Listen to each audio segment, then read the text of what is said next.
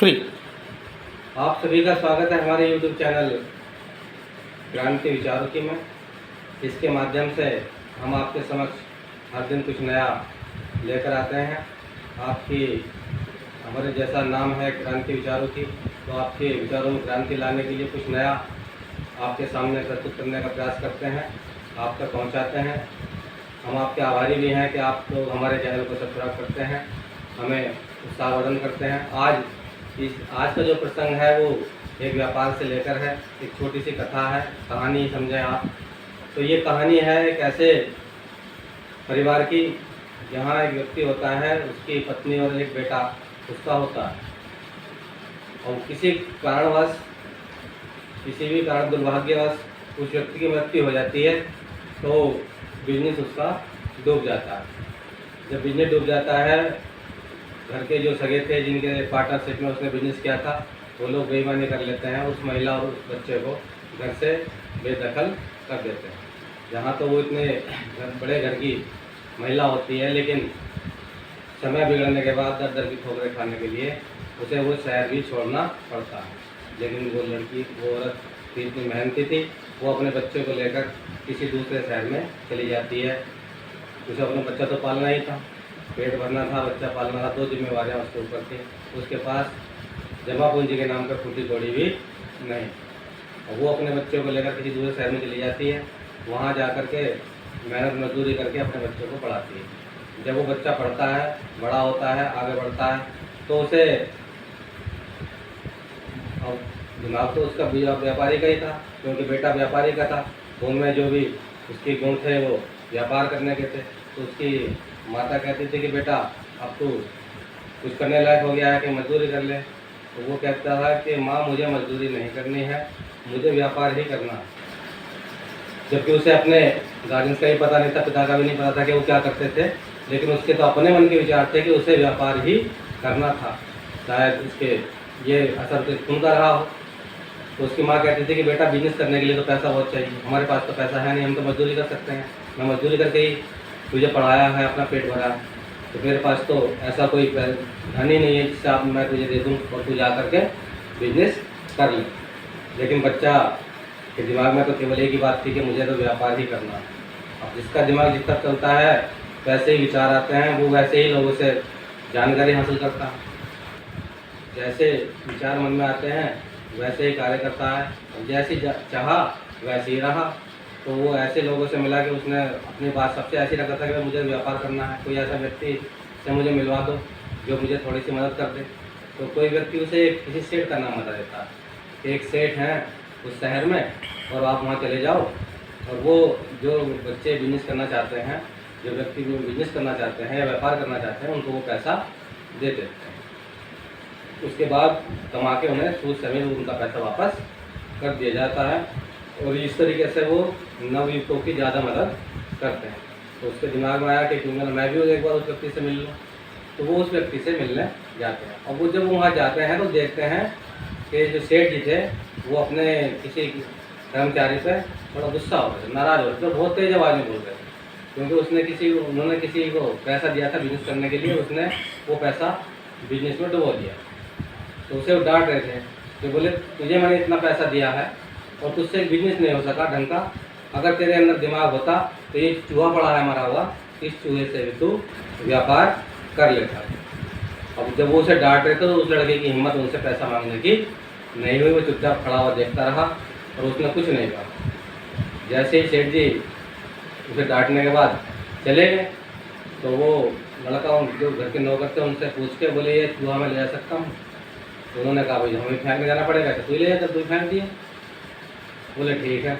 अब वो उसने वहाँ से वो चूहा उठाने के बाद में दिमाग में सोचा कि इस चूहे से बिजनेस हो कैसे सकता है, ये बात समझ में नहीं आ रही है।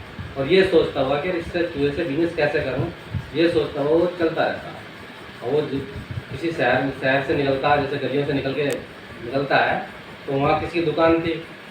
तो वो दुकानदार जो थे लाला, वो बोले, उसने चूहा देखा उसके हाथ में। उन्होंने कहा अरे चूहा कहाँ ले जा रहा है? बोले जी क्यों, आपको क्या मतलब? बोले तू फेंके गए तो ही चूहे को, तू हमें दे दे, 5 रुपये हमसे ले लें, मेरी बिल्ली है वो बिल्ली खा लेगी चूहे को। तो उसने कहा ठीक है। तो उसने दिमाग में आया तो फेंकना ही तो है मुझे, वो तो कुछ हो नहीं सकता चूहे का। बोले 5 रुपये में बिक रहा है, 5 रुपये में बेच रहे। उसने वो चूहा 5 रुपये में फेंक दिया। अब उसके दिमाग में आया कि लालच जी सेठ जी की बात तो सही थी, उन्होंने कहा था चूहे से बिजनेस शुरू हो सकता है। वो चूहे किसी कीमत का नहीं था, उसके बाद ही 5 रुपये मुझे मिल गए, तो इसका मतलब बिजनेस तो शुरू हो सकता है। वो 5 रुपये लेके घर जाता है अपने, और मार्केट से उन 5 रुपये में से 5 रुपये की दाल लेके जाता है, चना वगैरह की दाल लेके जाता है, और अपनी मम्मी से कहता है कि मम्मी इसे आप भून के बढ़िया दाल बना दो, 5 लाख मसाले वसाले डाल के, जो भी घर में मसाले उपलब्ध हैं उन्हीं मसालों से इसे तैयार कर दो। तो वो पूछती है बेटा क्या करेगा? बोले अब मैं तुम्हें बाद में बताऊंगा मुझे करना क्या है, लेकिन फ़िलहाल आप जितना मैंने बताया इतना काम कर लो। तो वो इतना ही कार्य कर देती है। और वो एक मटके में मटके में पानी भरता है, और उस दाल को लेके वो एक ऐसे रास्ते पर जाके बैठता है जहाँ जो रास्ता जंगल को जाता था, वो उस रास्ते से लकड़हारे जंगल में जाते थे और लकड़ियाँ काट करके लाते थे। जब उधर से हारे थके भूखे प्यासे लोग आते थे तो वो उनसे पेड़ की ठंड में उसने अपना मटका रखा था पानी का, और दाल रखी थी, तो उन्हें रोका था, बोले भाई दाल खा लो थोड़ी सी, भूखे प्यासे हो, पानी पी लो ठंडा ठंडा। तो वो कहते थे कि भाई हमारे पास तो पैसे है नहीं। तो वो कहता था मैंने पैसे मांगे कब है आपसे, आप तो मुझे केवल 2 लकड़ियाँ दे दो और आप पानी भी पी लो दाल भी खा लो। तो वो बोले हाँ इसमें कोई दिक्कत नहीं है, 2 की जगह आप 4 लकड़ी ले लो। वो उन्होंने 4 लकड़ी दे दी, उसने थोड़ा दाल दिया, थोड़ा पानी देगा, वो भी संतुष्ट होकर चले गए। इस तरीके से शाम तक उसकी 2-3 गट्ठर लकड़ियाँ हो गई, और उसने 2 गट्ठर बचा के रखा, 1 गट्ठर को बेच के फिर दाल लेकर आया। यही क्रिया करते करते यही कार्य बार बार उन्हें दोहराया, जब तक कि उसके पास 100-200 गट्ठर लकड़ी के नहीं हो गए। और उसके पास 200 गट्ठर लकड़ी के हो गए तो उसने उन्हें टाल में बदल दिया, लकड़ी की टाल खोल दी। अब उसने जो लकड़हारे जंगल से आते थे लकड़ी लेके, उनकी लकड़ी खरीदनी शुरू कर दी, तो उसे मुनाफा होना शुरू हो गया। और उसके बाद उसने कारोबार उसका दिन पर दिन बढ़ता गया, एक कारोबार से दूसरा कारोबार, दूसरे तीसरा कारोबार, और लास्ट ये हो गया कि इतना संपन्न हो गया वो व्यक्ति कि उसने एक चूहा सोने का बनाया, उसी वेट का चूहा सोने का बनाया, और उस चूहे को लेके उन सेठ जी के पास पहुंच गया। अब सेठ जी से कहता है कि सेठ जी मेरे पास आपका कुछ उधार था। बोले भाई हम तो आपको जानते भी नहीं, हमने तो देखा पहली बार है, हमने उधार कब दे दिया आपको?